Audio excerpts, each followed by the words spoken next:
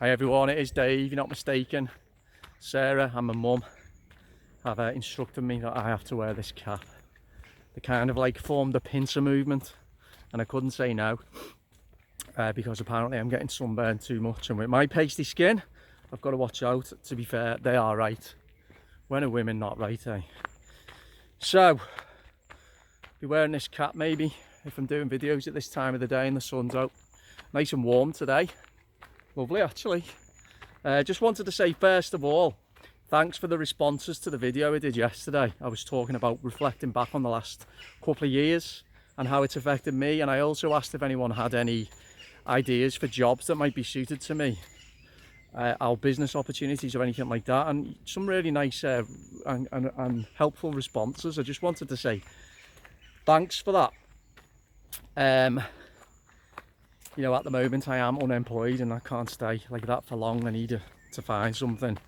So I'm going to, today's video I want to talk about like the normie world, the zombie world, and how the world of work sits within that. But first of all, I just wanted to say thanks to all of you for your comments, for your likes and shares, for your contributions, your interactions, for your intelligence, your open-mindedness, your humility.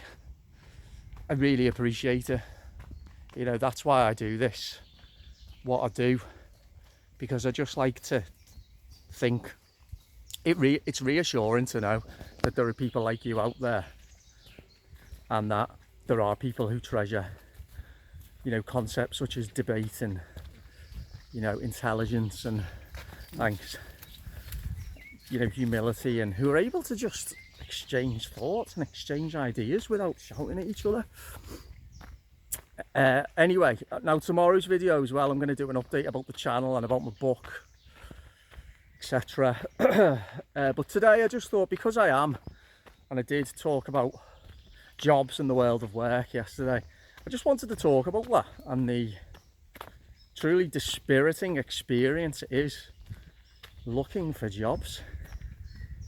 Now, just to give a bit of background, I mentioned it yesterday, and I've talked about it in a lot of videos about how it's only as I've got older that I have kind of like recast my outlook on why it is that I've often felt very, very uncomfortable with many different aspects of life, particularly the whole concept of the slave work system. And from quite a young age, I've just felt like I've always been popular, don't get me wrong, or relatively popular, but just never quite fitted in with anything.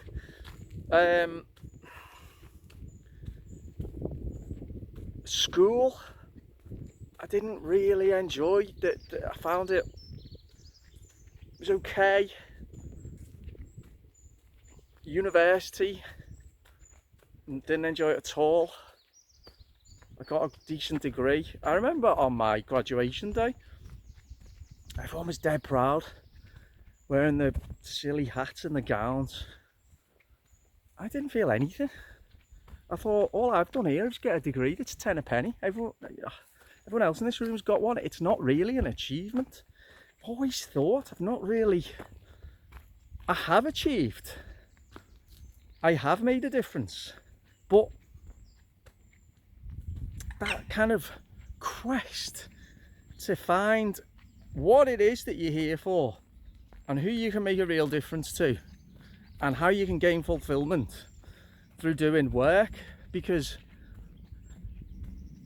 I think Einstein said about the key to life is work and love, and yeah, it's very simple and very profound, but for me, work, I struggle with submitting to the notion that when all's said and done, I must just sacrifice myself, my health, my values, simply to earn a paycheck. I've got to a point in my life, as I've explained in a couple of last videos, where I've been there for a few years, where I won't do that anymore. Hence why I need to find something where I'm not sacrificing my health, my well-being, my values, and etc. It's an interesting experience when you're looking for jobs. It's dispiriting and depressing. First of all, it's boring. Utterly tedious and boring. And with the jobs I've had, it's been various aspects I've enjoyed, and I've done loads of different things, which has helped me to, I think I've got a pretty broad view of the world. But it's always interested me how people can be so easily accepting of their role to just sit in front of a computer, you know, and bash the keys and type up Excel spreadsheets and send mindless emails and seem to just accept it. I don't think there's that many people in the world whose dream when they were a little kid was to be a data inputter or to, I don't know, take minutes at a meeting with loads of people just chatting bollocks and all that kind of thing. And when I'm looking at the jobs, and I am applying for something all in the private sector, I cannot work in the public sector. I just can't do it. So let's see what's going to come up. But it's almost as if my resume, my CV, I may as well say, yes, I am a sycophantic, brown-nosing automaton who's willing to submit myself to this company in order to work for you. And I am prepared, because I know it's the right thing to do, to climb the greasy pole for my career, because I am ambitious. It's amazing how the world of work is so shaped around these things. Psychopathy, psychopaths get to the top. They do. And it's obvious to see why. I don't want to get to the top. Ambition, people talk about, so many people talk about this. I'm ambitious. I'm career driven. Is it any wonder why so many people are unhappy in the world of work? Because it's like they fall into the trap where if everyone's going to work, or if most people are going to work with the objective of getting promoted, building their career, and in doing so, because let's be honest, you know, in doing that, climbing the greasy pole, the brown nosing, you know, the backstabbing, the competition against colleagues and all the rest of it, that's what it's like. I've never got involved in it, not interested, but that's what is required in order to build a career in most cases. I'm not being cynical when I say this, not in every case, but certainly in cases with the vast majority of jobs whereby no real specific attributes or skills are required. I mean, they'll talk about customer service and good communication, good team, I know team play and all that bollocks, available to work on own initiative, all that shit, just buzzwords. So in that environment, why is it that so many people do end up unhappy and stressed? Well, because the sad truth is that most people, and I say this because I've seen it, you know, I've seen a lot of the world now go to work solely for themselves. Yeah, the company might talk about values, and these are our values, these are the values we expect from you. We expect you to be humble and introspective and a team player and customer orientated and all this. But no, people go to work for themselves. They're in it for themselves. That's it. They're in it for themselves, as much money as they can, and most people will compromise. It's just the way it is. Well, I hate that. That's the normie world. That's what normies do. Now, I've managed to survive and even, you know, thrive at times within that world simply by, not simply by, but finding a way through by being me without maybe overstepping the line too much, but just making it clear that I will not play that game. And in a way, you know, people realise you're not a threat then, and it kind of makes it a little bit easier. But just to return to the point now where I'm at, where after the last couple of years where I've tried to make something happen, and you know, and it's not just yet, to contemplate going back into this world with the psychopaths and the sycophants and the grassers, the snakes in the grass, the backstabbers, the bullies, the gossip, the politics. Because I'm sorry, but too many people are just pathetic in the work environment. Again, I say that because I've seen it. So for me to contemplate going back into that now, I've been working as a delivery driver the last couple of years, is quite a thing for me. So just having said all that, this is where I want to apply the introspective element to what I'm saying. The world is as it is. People are as they are.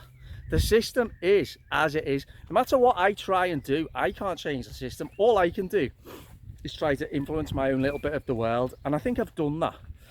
But right now, it's very, very anxious and uncertain times for me because, well, what I've talked about in the last couple of videos, what next? You know, where do I go? How do I fit in? How do I navigate these exceptionally turbulent times when surrounded by, again, most people in society who, as much as they hate what's going on, they're just going to stick it out if they've got a job, because that's all that matters, you know. So what I need to do, stay calm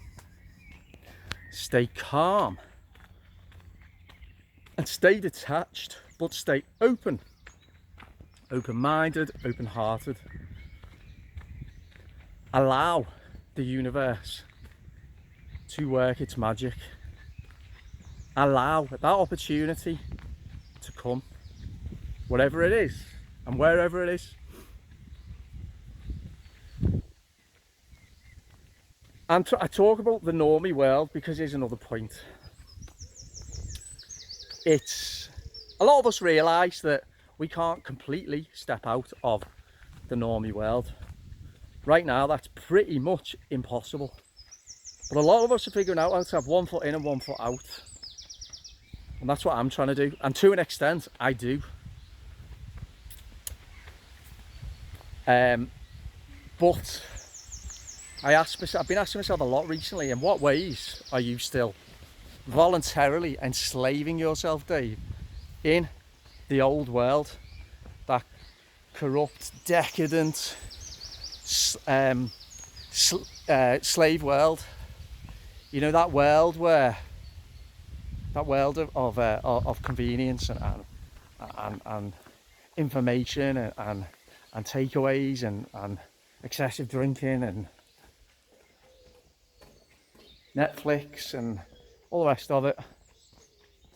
And the answer is too much, because it's set up that way over a number of decades to wrap its tentacles around everybody. So the challenge lies not only in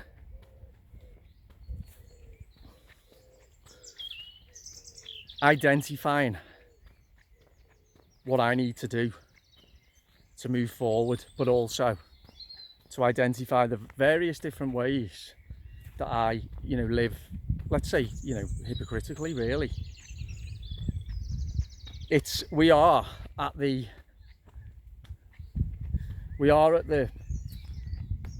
inflection point now. We are at the crossroads, and a lot of us are still feeling like we're drowning or stuck in that world that we don't really want to be part of. wanting to move to this better life, but maybe struggling, not only because of the external restrictions and the difficulties in getting there, but maybe because we're not enlightened enough ourselves, maybe we're not brave enough ourselves, maybe we're not committed enough ourselves. So for me, right now, what I need to do is stay calm, not drink, cut the alcohol out, eat better, interact with nature as much as possible. Yoga, reading, simple, peaceful, calming activities, and just remain calm and centered. I'm not even going to say positive, because I'm not feeling positive, but open, and there's a big difference. No, I see reasons to be positive, but I don't particularly feel positive right now. But it's very, very important for me not to allow negativity to creep in, because negativity, you know, takes root very, very quickly. So if anybody else is in similar situations to me right now, I think, you know, let's just remember we can only take control of what we can control. It's about, I think, reviewing our routines. And I always think, whenever I've been in similar situations in the past, what can I do to shift some momentum somehow? And it can just be something simple. Just add something to your routine.